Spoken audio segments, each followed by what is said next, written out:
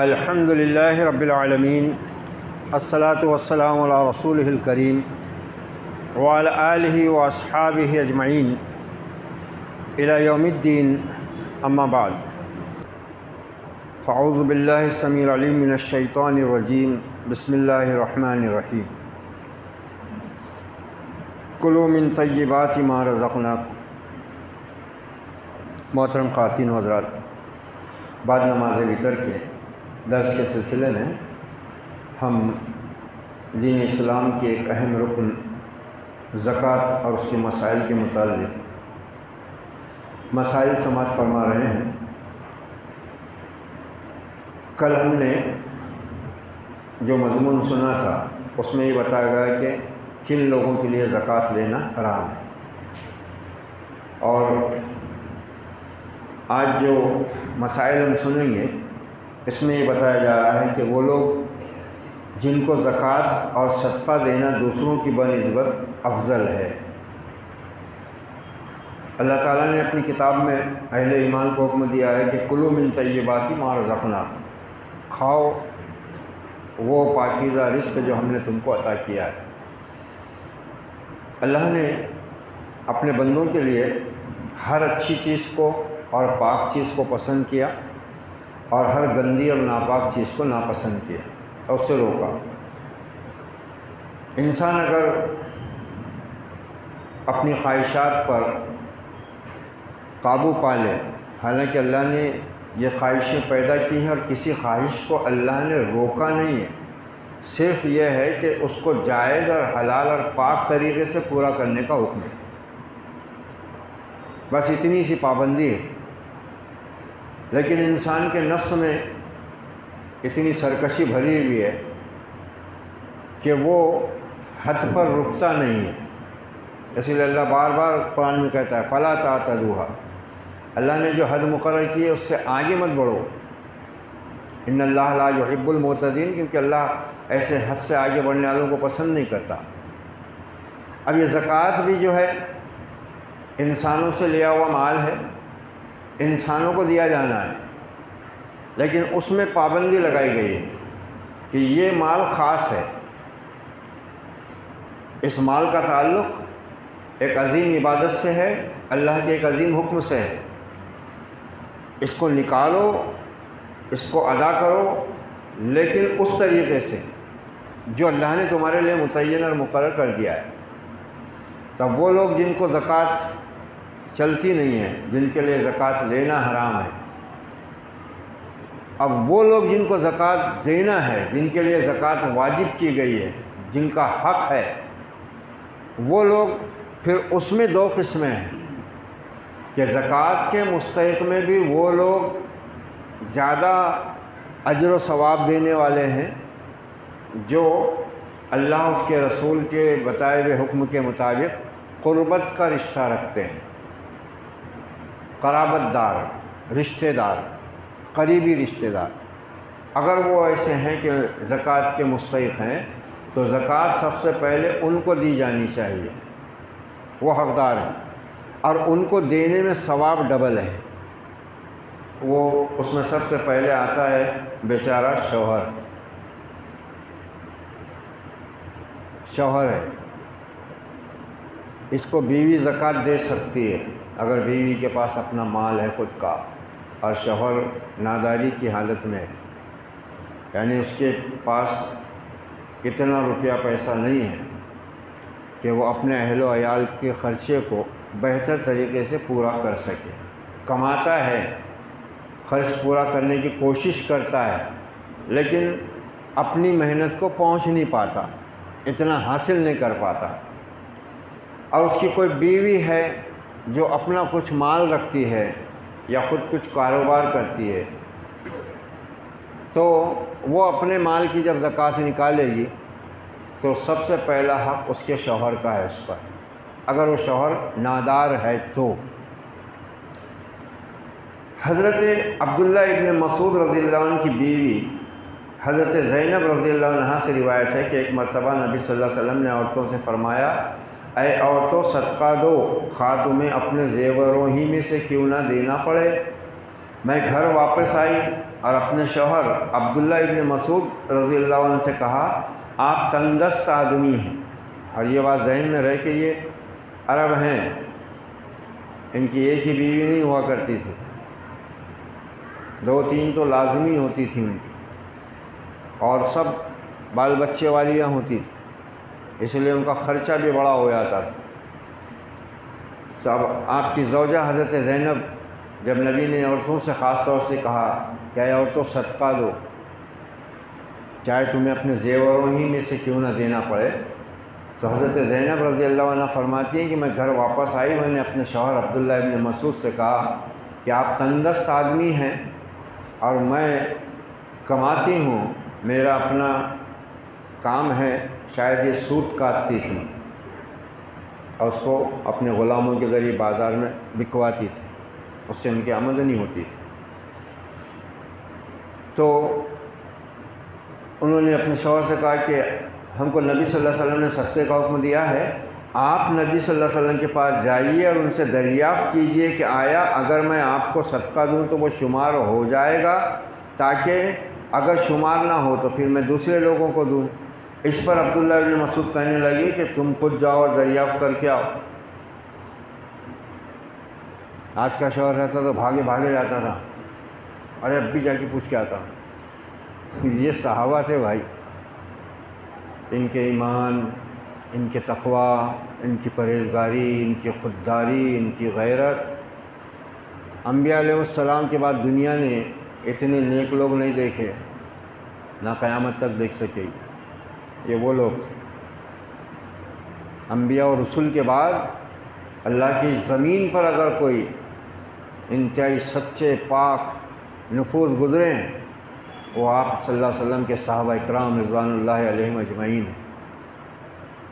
تو حضرت عبداللہ ابن مسعود نے کہا میں جاتا نہیں، یہ مسئلہ ہے تیرا، تو جا کے پوچھ۔ لہذا میں گئی، دیکھا کہ انصار کی ایک عورت، دیکھو کیسی ان لوگوں کے اندر دین کی تڑپ تھی۔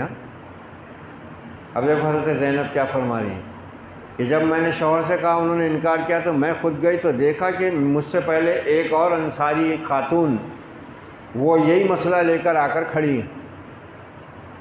کتنی تڑپ تھی ان کو دین کی۔ ادھر نبی نے خالی ان کو حکم دیا تھا اور تو صدقہ کرو، اب ان کی سمجھ میں آیا کہ صدقہ تو کرنا ہے، تو اب ہمارے شوہر ہی خود جو ہے تنگ دست ہیں، ان کو خود مال کی ضرورت ہے اور ہم اپنا مال نکال رہے ہیں اللہ کی راہ میں صدقہ دینے کو، دوسروں کو دینے سے پھر بہتر ہے کہ اپنے شوہر کو دیا جائے نا، سب سے پہلا حق تو اس کا ہی ہے، اور یہ ہر مسلمان بیوی کی ذمہ داری ہے۔ دیکھو یہاں بھی ایک مسئلہ نکلتا ہے کہ کسی مسلمان بیوی کو اپنے شوہر کی طاقت سے زیادہ کا اس کو مکلف نہیں بنانا چاہیے، اس کی آمدنی کے حساب سے ہی اپنی خواہشات کو چلانا چاہیے، اپنے گھر کو چلانا چاہیے۔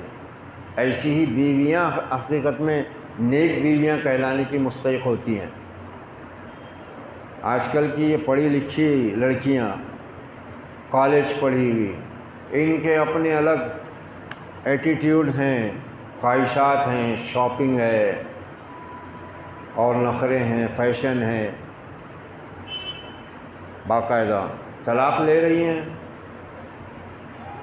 کیوں لیے بولے طلاق؟ تو بولے گھمانے کو نہیں لے جاتا، وہ گھماتا نہیں، بولے جیسے دوسرے آوارہ فیشنیبل اپنی بیویوں کو کیا اپنی گرل فرینڈ کو بھی گھماتے رہتے موٹر سائیکلوں پر، کاروں میں، کہیں آئس پارلر میں جا رہے ہیں تو کہیں اور جا رہے ہیں، کہیں گارڈن میں جا رہے ہیں۔ تو یہ آج کل کا ماحول بنا ہوا ہے۔ کچھ بیویاں ہوتی ہیں ان کو زیوروں کا شوق ہوتا ہے، جبکہ ان کو معلوم ہے کہ اپنا شوہر اس کنڈیشن میں، اس پوزیشن میں نہیں ہے کہ وہ کوئی زیور بنا سکے، تو تانے دیتی ہیں تمہارے پاس آ کے میرے کو ملا ہی کیا، میں نے دیکھی کیا، تم نے دیے ہی کیا میرے کو۔ ایسی عورتوں کو خبردار ہو جانا چاہیے، یہ جہنم کا سودا کر رہی ہیں، جہنم کا سودا کر رہی ہیں۔ کچھ کو کپڑوں کا شوق ہوتا ہے، الماریاں بھری ہوئی ہیں، خریدی جاری ہے۔ ابھی رمضان کے پہلے جن کے یہاں شادی ہوئی ہوں گی 2 3 ڈریس بنے ہوں گے، مگر ابھی عید کا پھر الگ سے ہونا ضروری ہے۔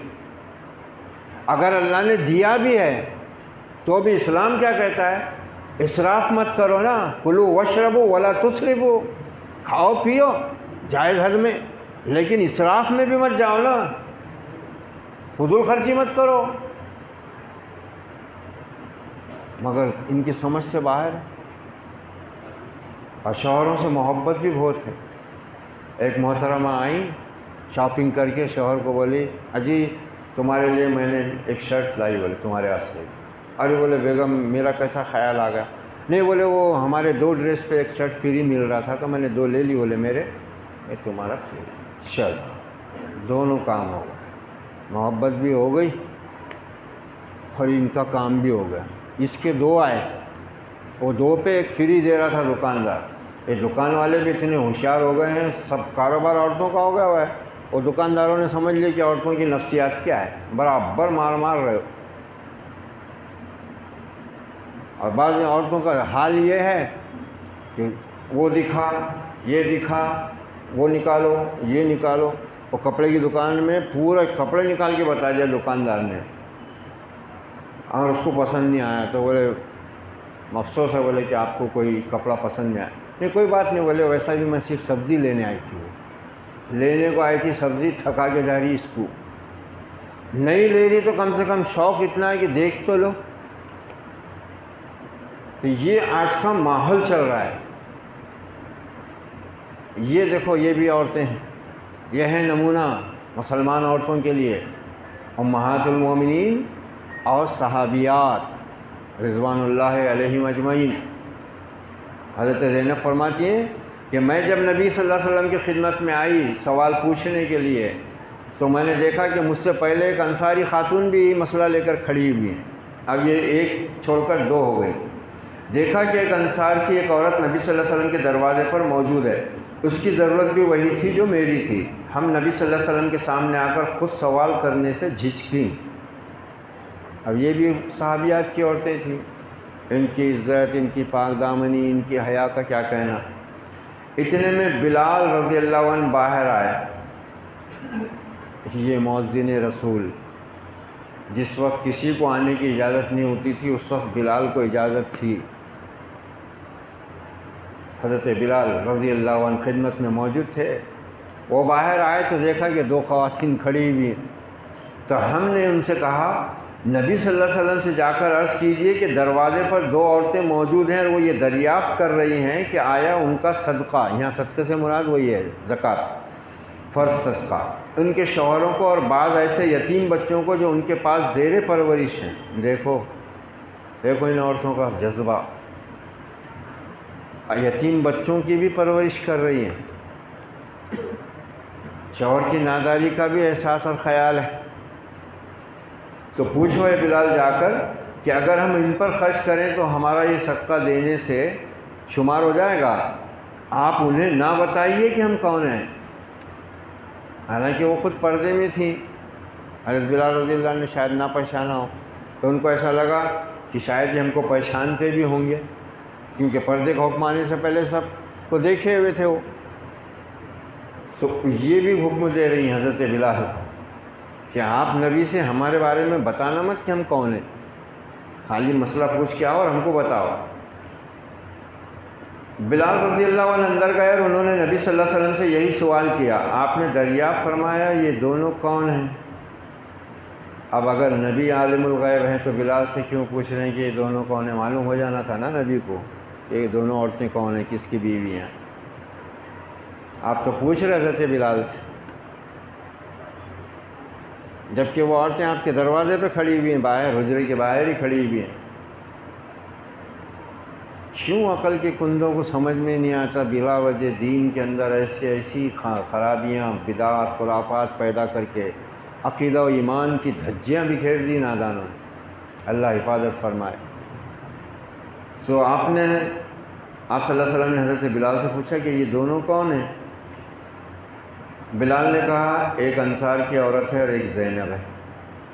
پہچان لی حضرت بلال نے، اب ان کو منع کیے تھے، انہوں نے کیوں بولے؟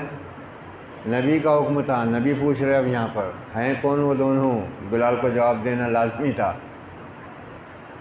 کہ ایک انصاری خاتون ہے یا رسول اللہ اور ایک زینب ہے۔ اچھا نام بھی بتا دیے تو پھر آپ پوچھ رہے، آپ نے دریافت فرمایا کون سی زینب؟ زینب نام کی کئی خواتین تھی۔ بلال رضی اللہ نے کہا عبداللہ ابن مسعود کی بیوی۔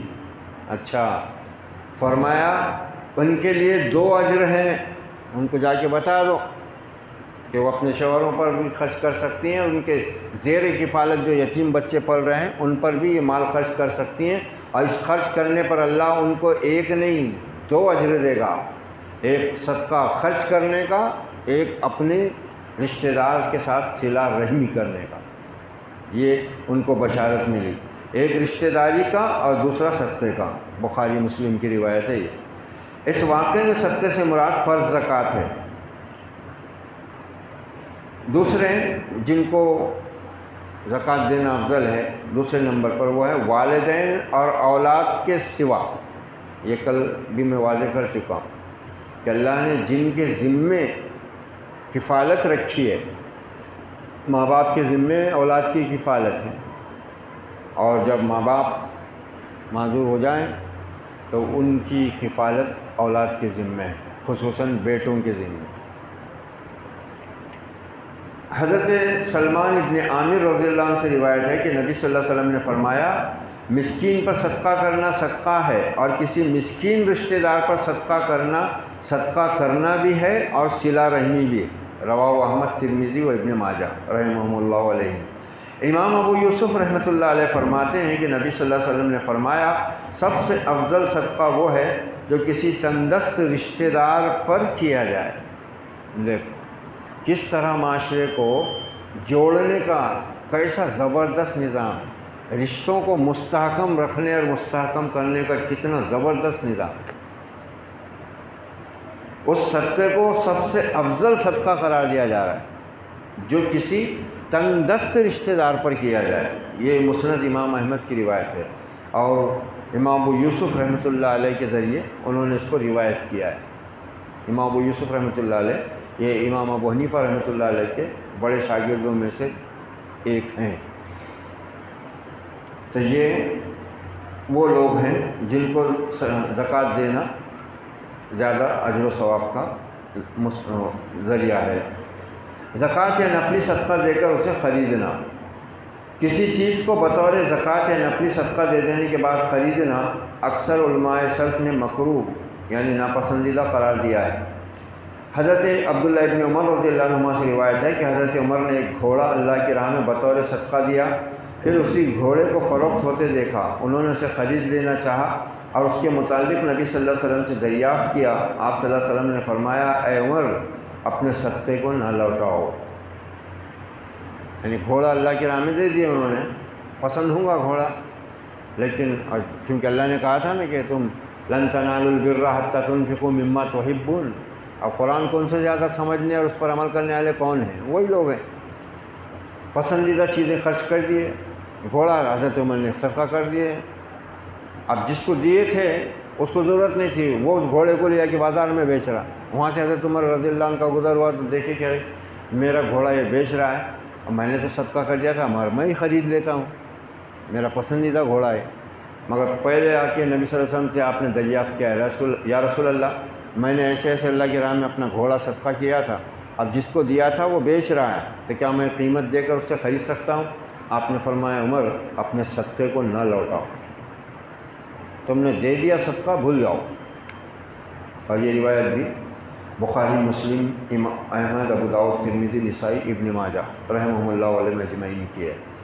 بخاری مسلم کی ایک اور دوسری روایت میں ہے کہ نبی صلی اللہ علیہ وسلم نے حضرت عمر سے فرمایا اپنے صدقے کو نہ لوٹاؤ، اس لیے یہ بہت خطرناک بات آپ نے ارشاد فرمائی، اپنے صدقے کو نہ لوٹاؤ اس لیے کہ اپنے صدقے کو لوٹانے والا قے کر کے اسے لوٹانے والے کی طرح ہے۔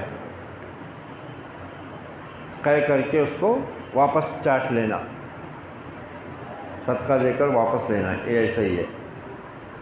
زکوٰۃ یا نفلی صدقہ دے کر اسے وراثت میں پانا، اگر کوئی شخص کسی چیز کو بطور زکوٰۃ یا نفلی صدقہ دے دے لیکن پھر وہی چیز اسے وراثت میں مل جائے تو اس کے لیے اس کا لینا جائز ہے۔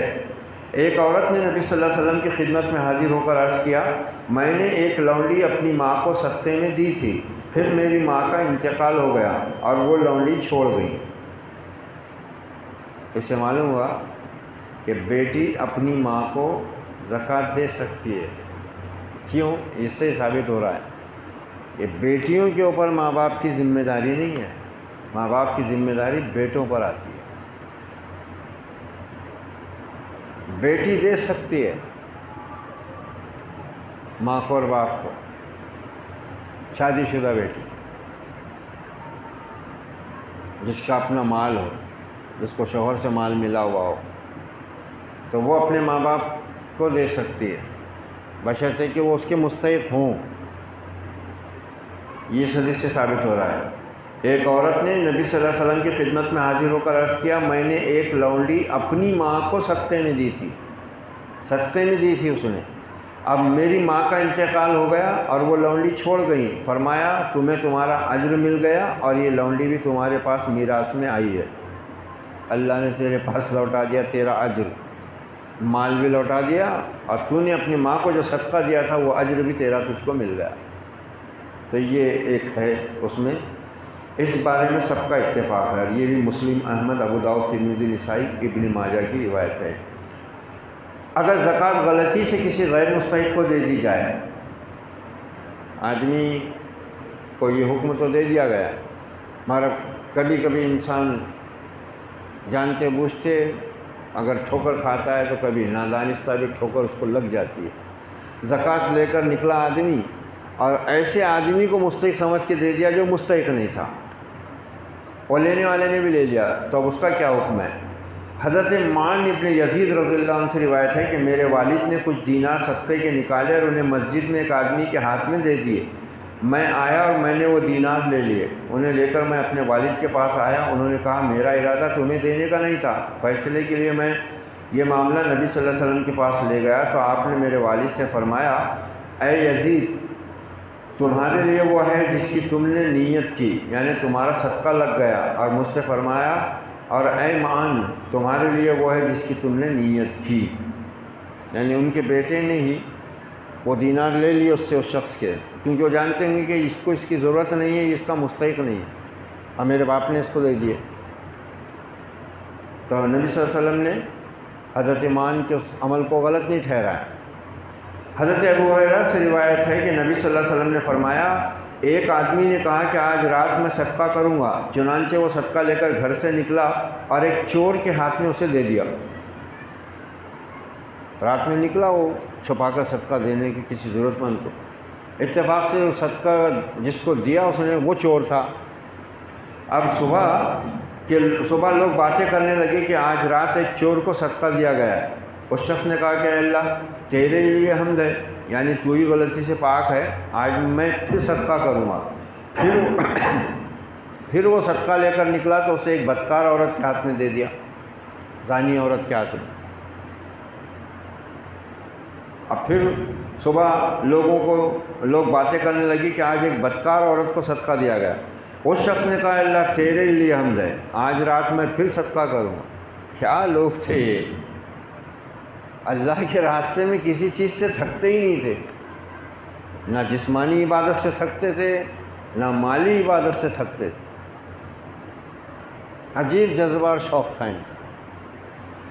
آج رات پھر صدقہ کروں گا۔ پھر وہ صدقہ لے کر نکلا اور اسے ایک غنی کے ہاتھ میں دے دیا، یعنی مالدار کے۔ تب مالدار کو تو صدقہ چلتا نہیں۔ صبح کو لوگ پھر باتیں کرنے لگے کہ آج رات ایک غنی کو صدقہ دے دیا گیا۔ اس شخص نے کہا اے اللہ، تیرے ہی لیے حمد ہے، مجھ سے غلطی ہوئی اور چور، بدکار عورت اور غنی کو صدقہ دے دیا گیا۔ پھر اس شخص کو خواب میں بتایا گیا کہ جو تم نے چور کو صدقہ دیا وہ لگ گیا، شاید کہ وہ اپنی چوری سے باز آ جائے۔ تم نے جس بدکار عورت کو صدقہ دیا وہ بھی لگ گیا، شاید کہ وہ اپنی بدکاری سے باز آ جائے۔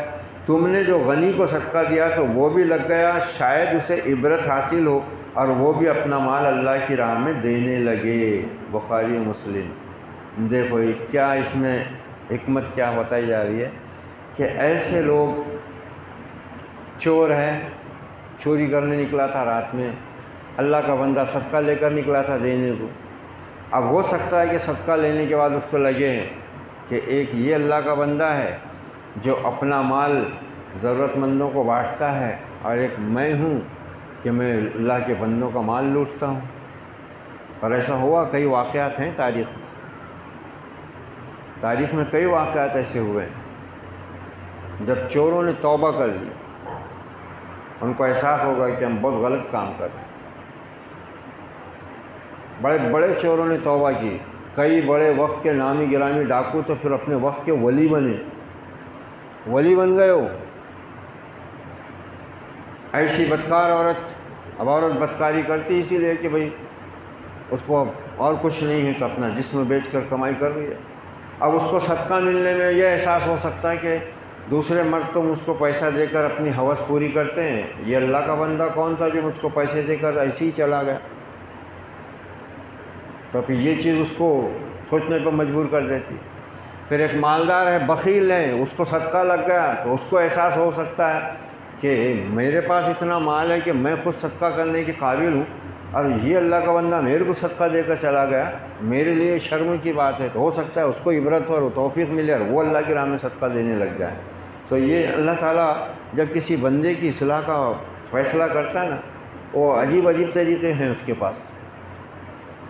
کسی بندے کے ساتھ وہ بھلائی کا ارادہ کرتا ہے نا، نیکی کی طرف لانے کا، تو وہ عجیب راستے پیدا کرتا ہے اور عجیب طریقوں سے ہدایت کی طرف موڑتا ہے۔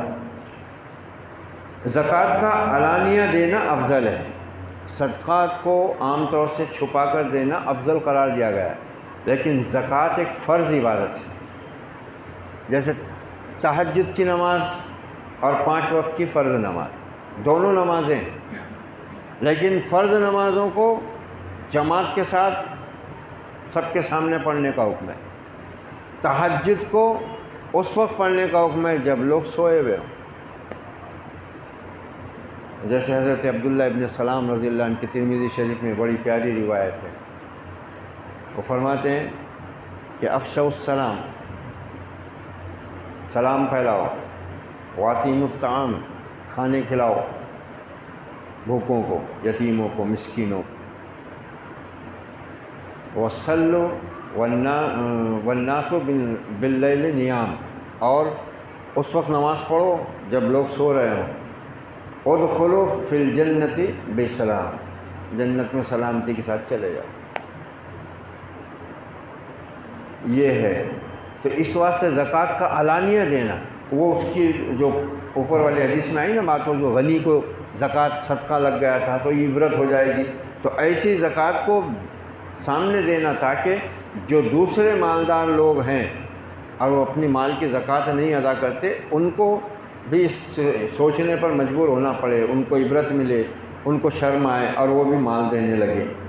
زکوٰۃ کا علانیہ دینا بھی جائز ہے، چھپا کر دینا بھی، مگر وہ صدقہ جو عام نفلی صدقہ ہے وہ چھپا کر دینا زیادہ افضل ہے۔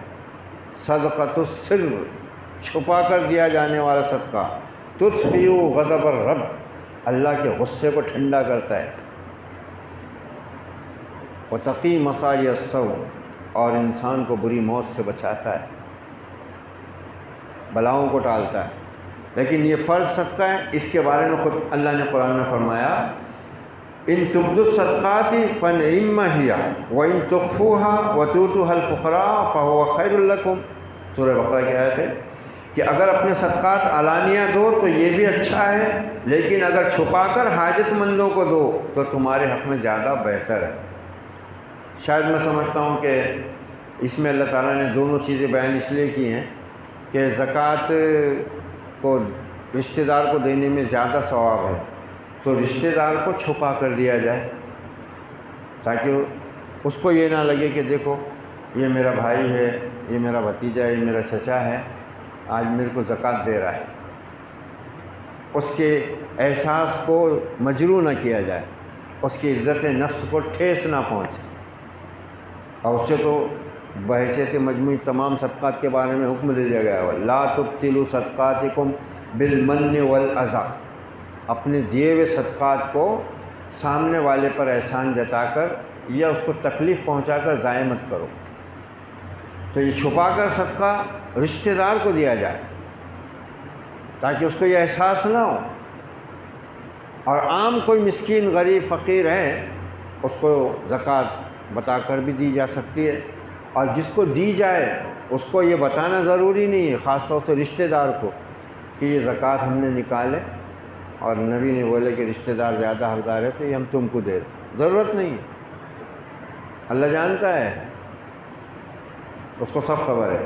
تو یہ اس میں گویا یہ دو طرح کی چیزیں آ گئی کہ دوسروں کو بھی نصیحت ہو، وہ بھی اللہ کے راہ میں مال صدقہ کریں۔ اب جو ایک آخری اس عنوان کا اہم صدقے کا تعلق ہے اور اس کا تعلق خاص رمضان سے ہے، صدقہ فطر، وہ کیا ہے، اس کی مقدار کتنی ہے اور اس میں کیا کیا چیزیں دی جا سکتی ہیں، اس پر انشاءاللہ کل کے درس میں گفتگو ہوگی۔ اللہ تعالی ہر مسلمان کو اپنے راستے میں صدقہ کرنے کی توفیق و سعادت نصیب فرمائے، اور اس عمل میں اخلاص نیت کے ساتھ اخلاص عمل کی بھی توفیق عطا فرمائے۔ ربنا تقبل منا انک انت السمیع العلیم وتب علینا انک انت التواب الرحیم، وصلی اللہ علی النبی وعلی آلہ واصحابہ اجمعین برحمتک یا ارحم الراحمین۔